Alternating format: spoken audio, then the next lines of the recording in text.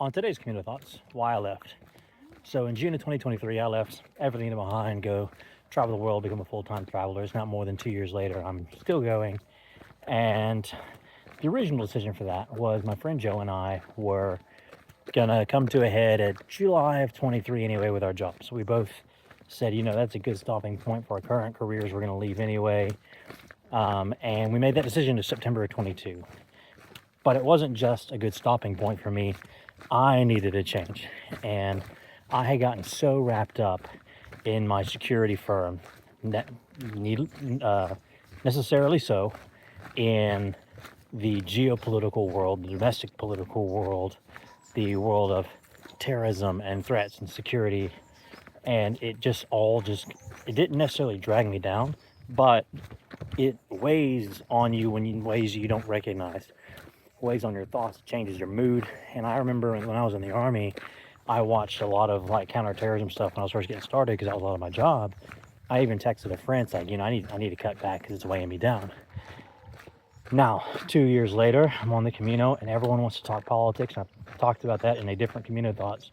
And even as I'm listening to podcasts just to keep up with the news and everything going on, I find myself just being sucked back into that world. And I talk about in my book, The Great Gallivanting, that October 7th drug me back into it as well, because I was trying to avoid all that, but social media erupted with all the pro-Palestine stuff and unfortunately pro-Hamas and the news, and it really is just a serious damper. And so now I'm trying to make another concerted effort to stay away from all that. And I just today, a friend that I've had for over a year, decided to cut me off because I just wouldn't engage in deep enough political conversation with him, I guess.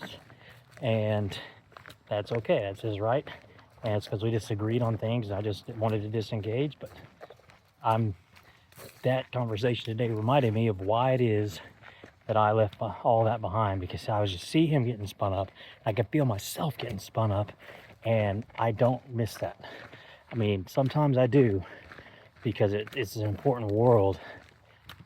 But when I just see just how much it just sucks him down and sucks him in, I see it happen to other people, and I feel it happen to me sometimes. No way, I'm leaving that behind. That's why I became a travel writer. It's why I got into the bullfights, and it's why I don't want to go home and deal with all that political nonsense, because it really does just kill your soul every day, a little by little.